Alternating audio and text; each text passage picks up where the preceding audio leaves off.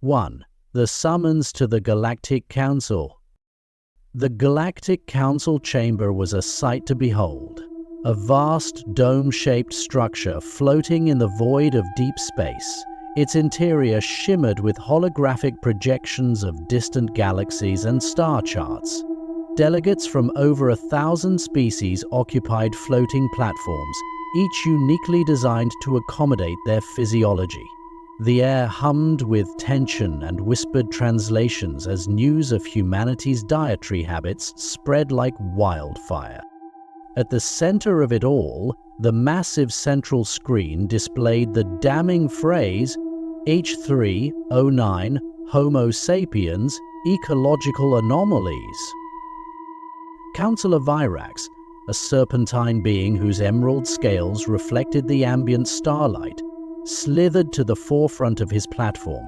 His voice, amplified for the chamber, cut through the murmurs like a blade. "We have summoned the representatives of Earth to address a matter of great concern," he began. "Reports suggest that your species not only consumes apex predators, but does so as a matter of routine.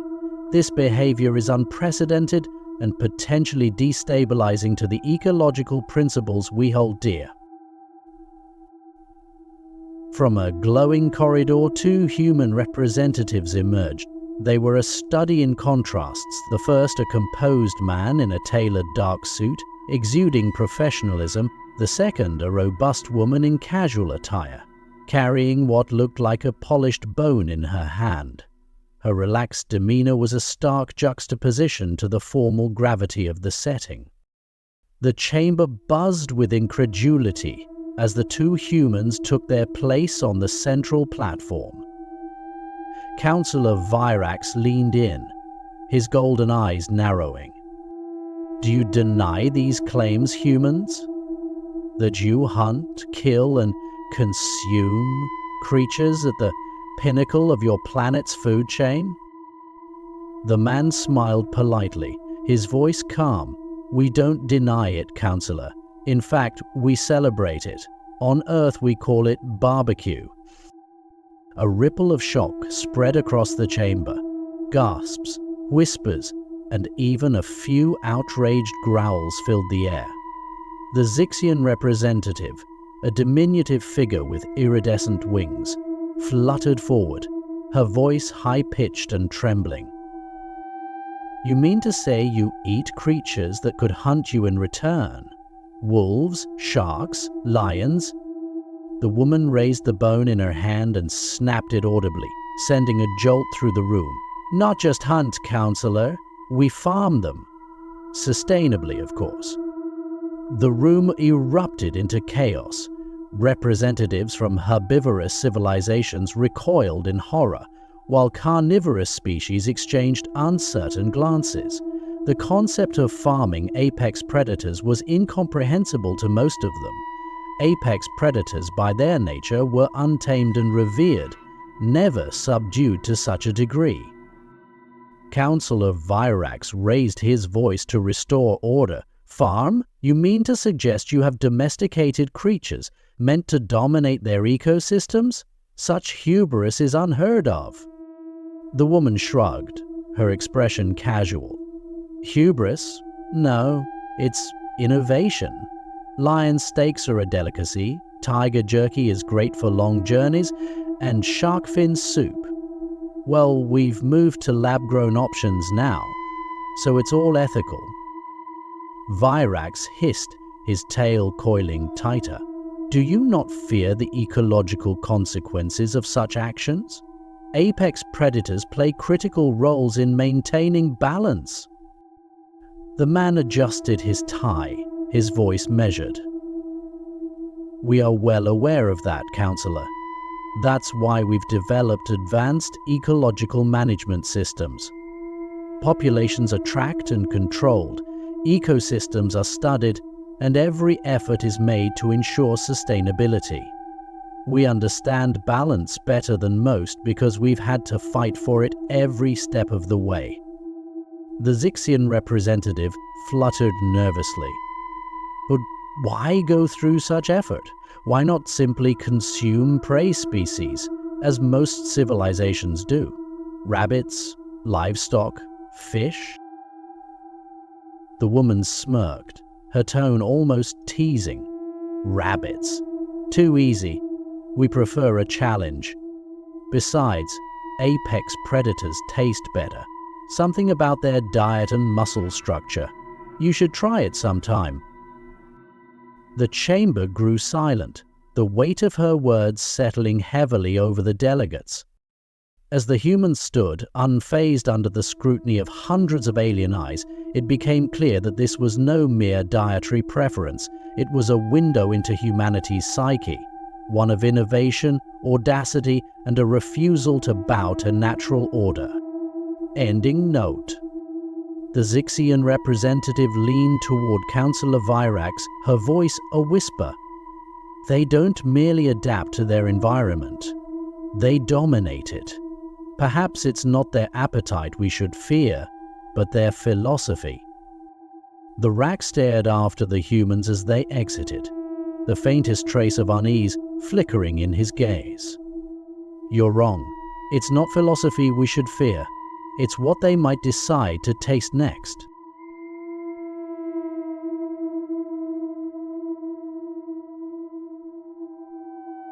Two, humanity's perspective and cultural insight. The chamber quieted as the human man, calm and collected, began to speak. His tone was measured, but there was an underlying confidence, almost a challenge, that unnerved many of the alien representatives. To understand our practices, you must first understand our history, he began, addressing the gathered council.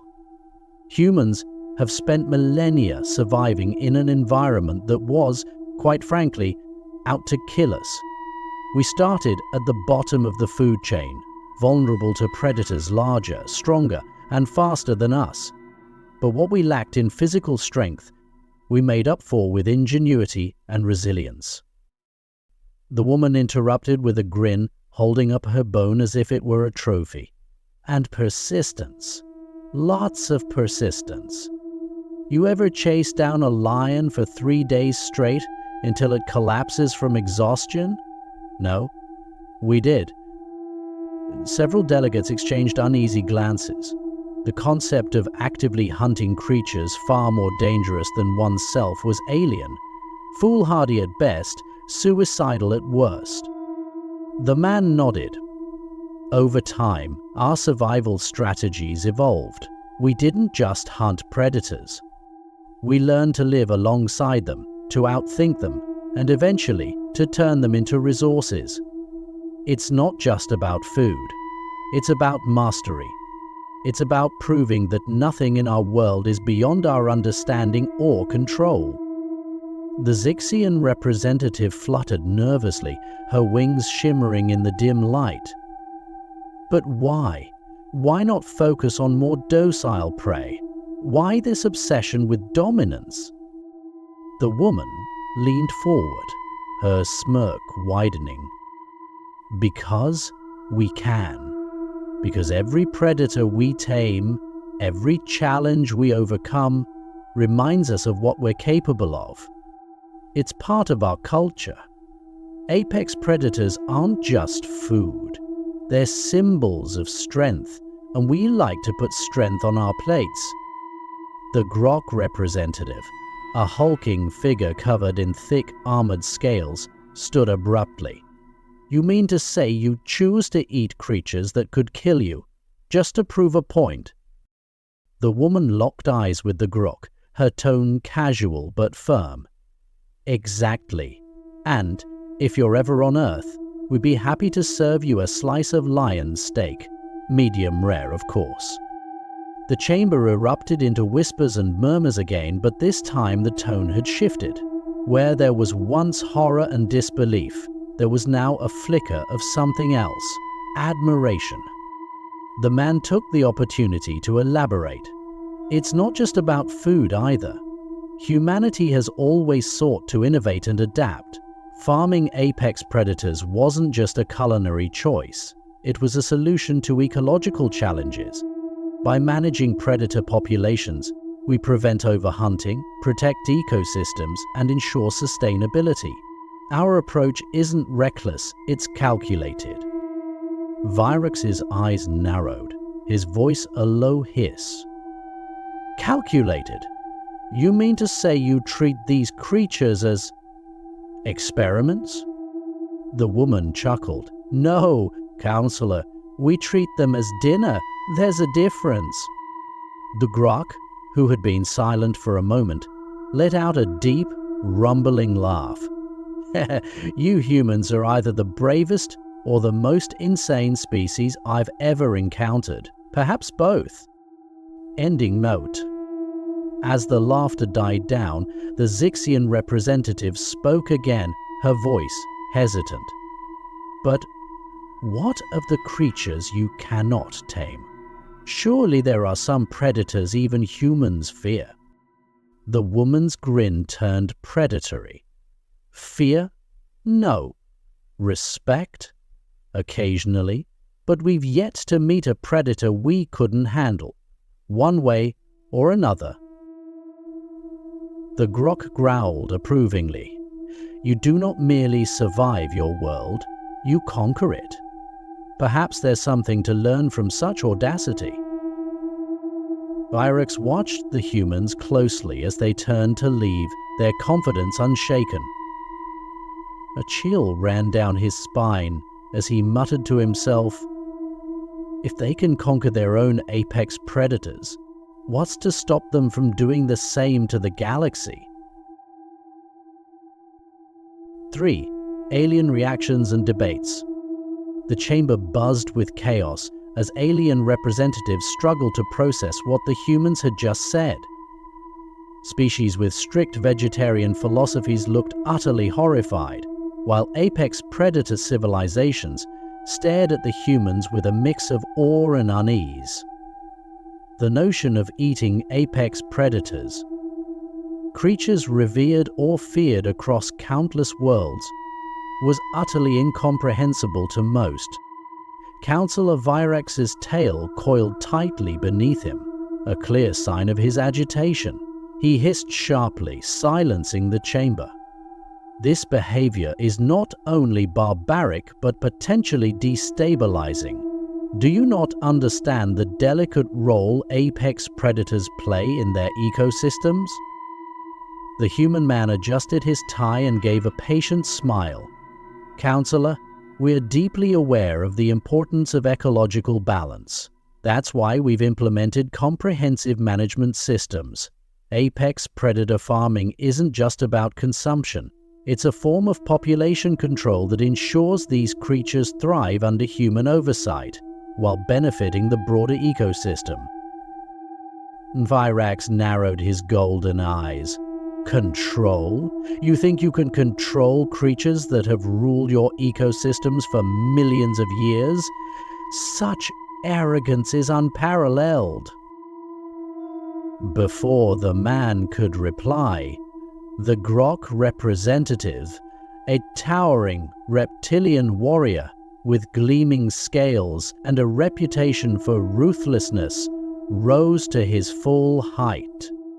His deep, rumbling voice filled the chamber. I find this fascinating, the grok said, his sharp teeth glinting. On my world, apex predators are honored as symbols of strength. We fight them in ceremonial battles, but never would we dream of eating them. To do so would invite dishonor. And yet, here you stand, humans, claiming to consume such creatures as casually as one might drink water. The human woman smirked, her eyes locking with the grok's. Well, grok representative, maybe. It's because we don't just fight to survive. We fight to win, and when we win, we feast. The grok's eyes gleamed with something bordering on respect, though he said nothing more.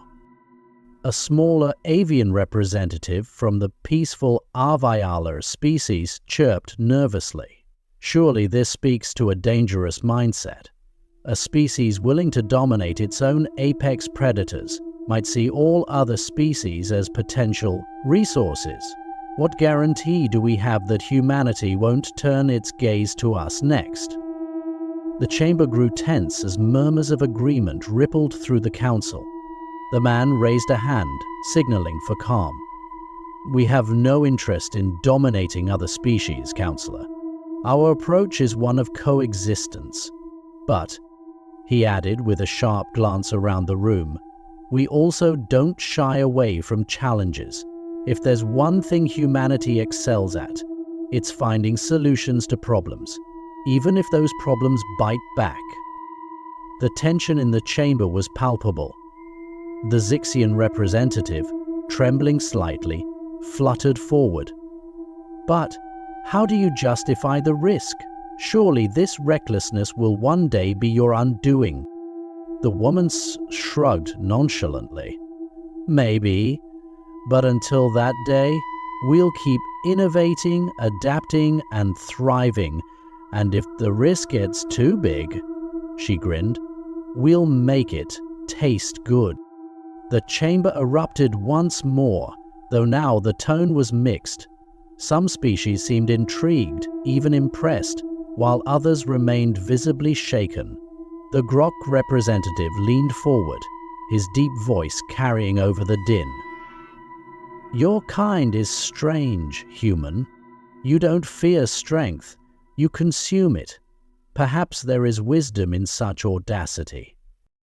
Councillor Virax hissed again. "Wisdom? This is madness. They toy with forces beyond their control." The woman laughed, her tone bold. "Beyond our control? Councillor, there hasn't been anything beyond our control for centuries.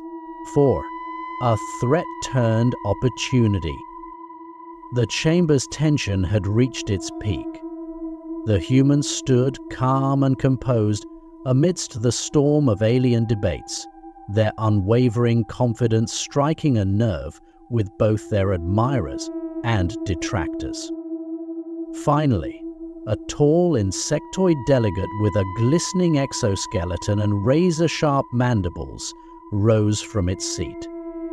The representative belonged to the Virax, a species known for their cold logic and predatory instincts.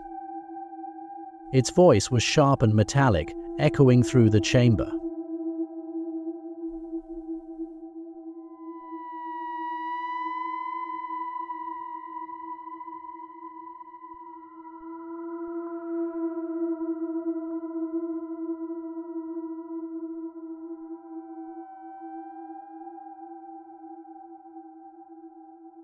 To consume them is to invite chaos, and your behavior is not merely audacious, it is dangerous.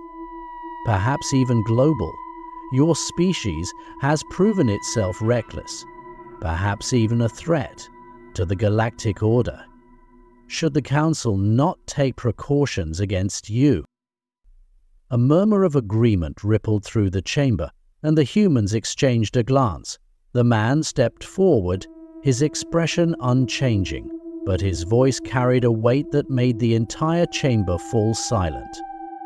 "Counselor," he said evenly, "if you're suggesting that humanity is dangerous, you're not wrong, but what you call recklessness, we call resilience. Every predator we've faced, whether it was on Earth or in the stars, has taught us to be better, stronger and smarter. We don't just survive challenges, we turn them into opportunities." The Virax mandibles clicked, its tone laced with disdain. "And what happens when you encounter a predator you cannot defeat? Will you still boast of your resilience when you are devoured?" The woman stepped in, her smirk returning. "Funny thing about predators, they all think they're invincible until they meet a bigger one. And when we're the bigger predator, we don't just win, we feast." The Grok representative let out a booming laugh that echoed through the chamber. "You humans are insane. I like it." This sudden shift caught the Virax off guard. It clicked its mandibles in irritation. Your arrogance blinds you. This counsel would be wise to contain your kind before your ambition consumes more than just apex predators." The man smiled, though his eyes held an edge. "Contain us? Counselor, let me offer you some advice. Predators that try to corner humans don't usually survive the encounter, and those that do, well, they usually regret it." The room fell into an uneasy silence. Some representatives looked uneasy, while others appeared thoughtful, even impressed. The grok leaned forward again, his deep voice resonating with approval. "You humans don't fear the strong, you become the strong. Perhaps there is something we can learn from you after all." The Zixian representative, still nervous but clearly curious, asked hesitantly, "If your species thrives on challenges, what happens when there are none left to conquer?" The woman grinned. "Then we'll create new ones. That's the human way." The Virax hissed, but said nothing more, retreating into its seat. Councillor Virax, still coiled tightly, eyed the humans with a mix of suspicion and grudging respect. "You may leave, humans, but mark my words. Your kind walks a dangerous path. One day, you may find yourselves the hunted." As the humans turned to leave, the woman paused, turning back with a sly smile. "My day might come, but if it does, you can bet we'll be serving whoever's hunting us for dessert." No. The humans exited the chamber, their confident strides leaving a lasting impression. As the door closed behind them, Councillor Virax turned to his peers, his voice barely above a whisper. "They are not just predators, they are pioneers. If we are wise, we will not hunt them, we will follow them."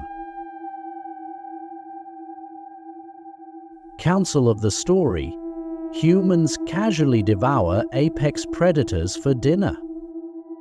The Galactic Council convenes to address alarming reports about humanity's dietary habits, specifically their routine consumption of apex predators.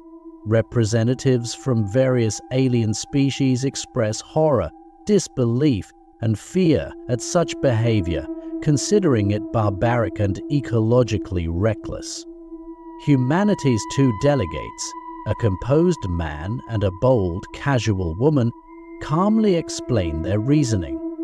Earth's history of survival demanded ingenuity, resilience, and a willingness to dominate challenges, including its most dangerous creatures.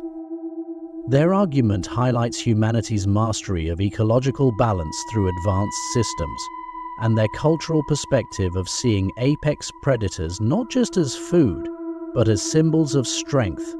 While some alien species admire their audacity, others fear it, believing it reflects a dangerous mindset that could extend to galactic dominance.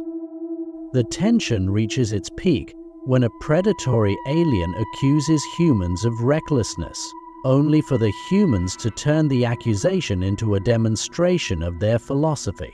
They don't just survive predators, they conquer them and turn them into opportunities. Their closing remarks leave the Council both unsettled and impressed, with some species re-evaluating their views of humanity as allies or threats. As the humans exit, one councillor ominously warns, "One day, you may be the hunted." The humans respond with a confident grin, hinting that if that day comes, even their hunters won't escape their ingenuity.